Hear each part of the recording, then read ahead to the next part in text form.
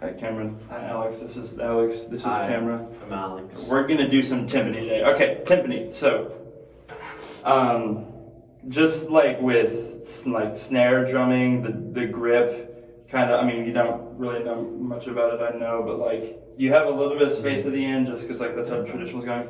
In direct contrast to that, our stick, just like the end of our stick and kind of our grip, we're gonna go as far back as possible because music is just physics. Whenever you think about torque and just how much easier like you want to play, torque equals just force times length. Now we get more length. Oh, okay, that makes sense. Physics. You're a physics major, right? I love me some physics. I love physics. Anyways, so the grip and kind of just like how we're gonna play, you can just relax for a second. So once we get kind of right here, and I'll double check it in a second, instead of going like traditional, kind of like this, and sorry for the height difference, but I couldn't find a stool. Instead of like going like this, we're gonna turn our hands over so you're like your thumbs are facing up, and theoretically it's like you're kind of more like this and like relative to your level. But it's going to, you're not gonna think of it like moving up and down the wrist as you're gonna think about just turning a doorknob with your hand. Okay. It's kind of like this. So it might be, your grip might be a little looser than usual, than like with snare drum perhaps, but what do you mean when you say a little looser? Like with what part of my hand is looser? With traditional grip, like your fulcrum might be your fulcrum grip, just like your index and your thumb might be a little more loose, and some schools of thought allow for, just with timpani playing, a little more like bounce in the back fingers. Okay.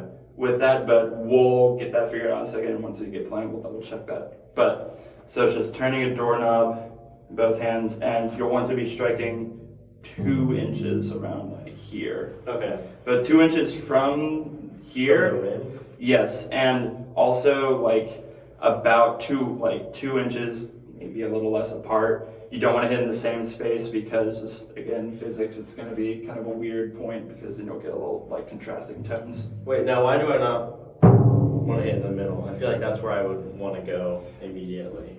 Well, the thing about timpani is that there's just a different tone there, and also this can be a node point, which like means it's just like a close point to where some of the tension is, and also just with the like rippling that this is going to cause, it's going to like expand the sound too much in a way that we're not going to have, and also for like the moderate dynamic that we're using, because you know what dynamic means. Yeah. For the moderate dynamic, we're just gonna we're just gonna sit right here. Cool. So 2 inches from the rim then. Yes. All right. So that's nice. I like that. Cool. And yeah, let me teach you one more thing before we like start getting you playing. Our first exercise is just gonna be something called 8 on a hand, and so we're just gonna sit right. We're just gonna sit right here. Actually. Yeah, no, we're gonna be up a little bit, and we're just gonna focus on using the rebound of the drum to get back up. And so we'll get that figured out in a second. So go ahead and just a little bit. You know, do 8 on a hand as it sounds. I'll explain the exercise a little more. We'll just get into a little bit of hitting. Go ahead and get in front of your drum. Sorry, we're just a little bit away from the stool. I like being close to you. Fair enough. Fair enough. Definitely middle school student that I'm teaching. Never mind. Okay, so go ahead with your grip right now. I'd say like you might need to kind of like flare your elbows out a little bit more, just to like push them or like up. More because like you're kind of just a little like too like just looking at me like too out. We want to bring these in a little bit, and so you don't really want to super focus on having your elbows out, because then you might get a little too tense in your shoulders, but just bringing your wrist in and getting these more uniform, if that makes sense. Okay, cool. Good. And go ahead and like get them like parallel whenever you know. Okay. Train tracks. Here we go. Your grip looks pretty good. That was good enough. Maybe just a tiny bit more away from the body with your hands. Sure. Maybe. Cool. Then that means I need to take a step back so that it's 2 inches from the. About let me see you just start up a little bit. Start about maybe a little lower, maybe like 8 inches or so, and just go like this a couple times. Right.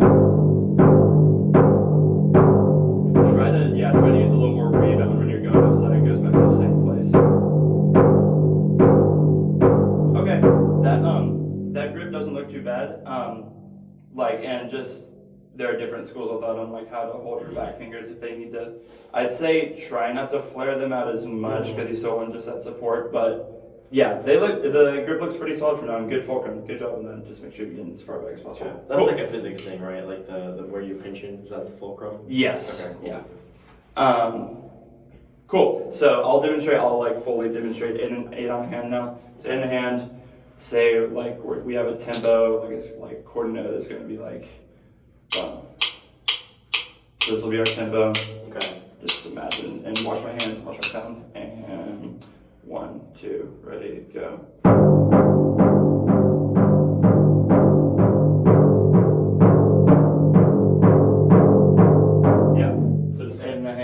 Just going to try to keep it a constant tempo. We're doing a good like piston stroke right now. So just bring it back up like to that height and try not to move the other stick while the other one's going. Okay, sounds good. Cool. Get a little more parallel maybe. Sure. Cool. And then bring the sticks up just a tiny bit. Maybe not that much. Yeah. And 5, 6, 5, 6, 7, right.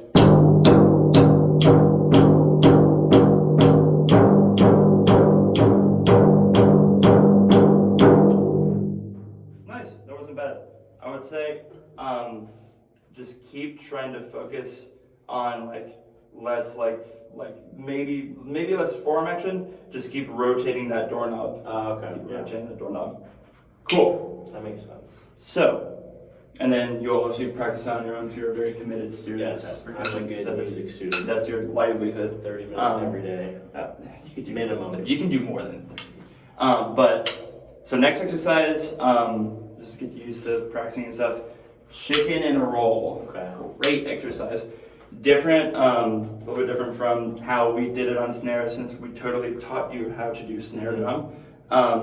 So I'll just demonstrate the exercise again, and the tempo will be approximately like chicken and so that'll be approximately the chord note. Let me just demonstrate this exercise. All right. And try to be mindful, and I'll explain like after I demonstrate. Be mindful of what hands I'm using at what time because we're going to alternate a little bit. Okay. Cool. And 5, 6, 5, 6, 7, 8.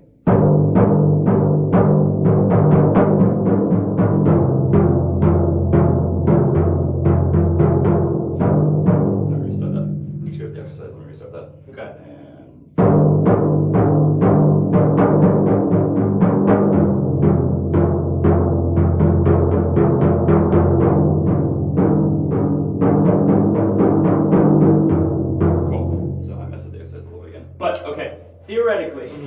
Theoretically, so whenever just the chicken and a roll, the chicken and that's all going to stay on one hand. And I should also center myself a little better since we don't have a stool. So, like, when you're on your right drum, we're doing the chicken and stay on this hand, and then when you're over here, doing the chicken and a left hand. Or yeah, do the right hand after that. But so I'll demonstrate it one more time, so it'll be. And I'll say it as we go. Left, so just the chickens are on one hand, and then as soon as you start pendulum stroking, which is just like more doorknob action, and you're like moving them at the same time, it'll be with the other hand again. So we'll try that, and we'll trial and error it a little bit. So sounds good. Cool. And just kind of like make sure you stay 2 inches. Just kind of practice that transition right now a little bit. Just going from there to there.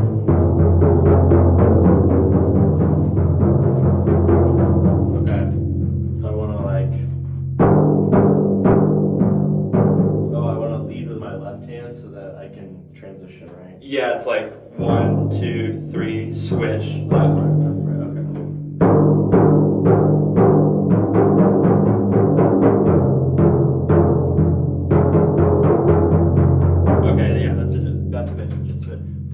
We'll focus more on technique for this, but I'm trying to tempo.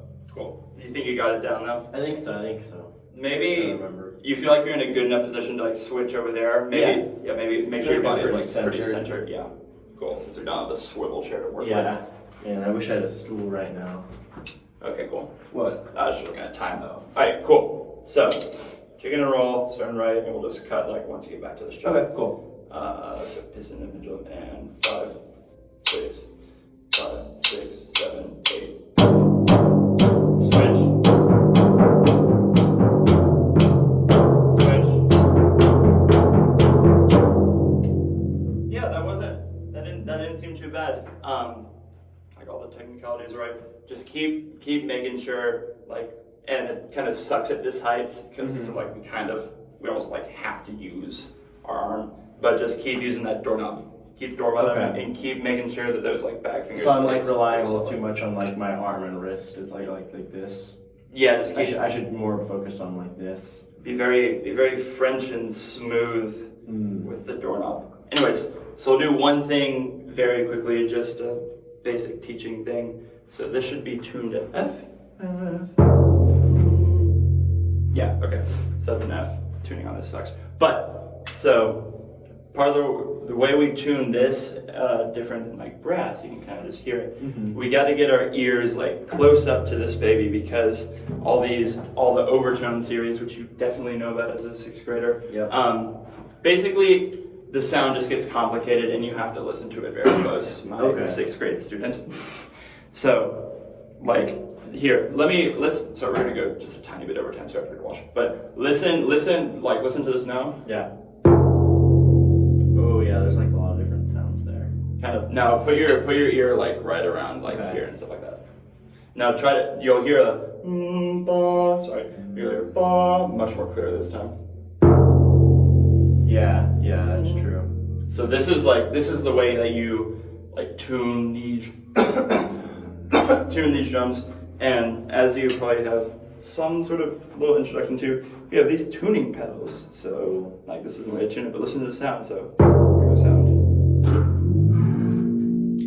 Wow, that's crazy. Now what makes it do that? Like what makes it change pitch? What this is tightening different parts of the drum, and that's just gonna like make this head more tense and tight. So again, physics. Cool. So it just resonates like more tight almost in sound terms. So we'll do a little exercise right now. So like you can kind of just see it, like you kind of just push forward, and then you always, once you get done, you always bottom it out. Yeah, cool. That makes sense. Push it down a little bit, make sure you get rid of the tension. But I want you to try to just listen to this. Okay. Yourself, just play it. We'll start on this F and try to go up to a B flat. So like whenever you're up here, it'll be so and we're gonna try to go to ba. Okay. Cool. Let me reconfigure this just a little bit. Let me get this out of the way so I can listen to this drum. Okay.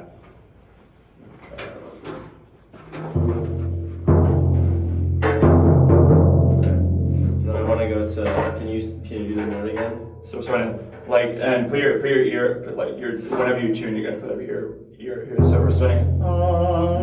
We're gonna try to like you can't hear it right now. We're gonna try to go and you're just gonna do that by like slowly pushing that pedal like forward. Okay. And I'll listen with you. Maybe less time between strokes too.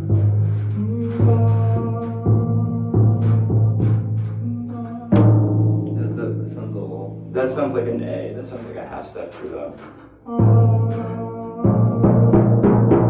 Yeah, that's right. Just about there. Yeah. And so eventually you'll practice this for 10 years and you'll get extremely good at that. Oh, it's like muscle memory at some point. Yeah, almost certainly. But yeah, cool. Good job, student. Thanks, Scott. Yeah.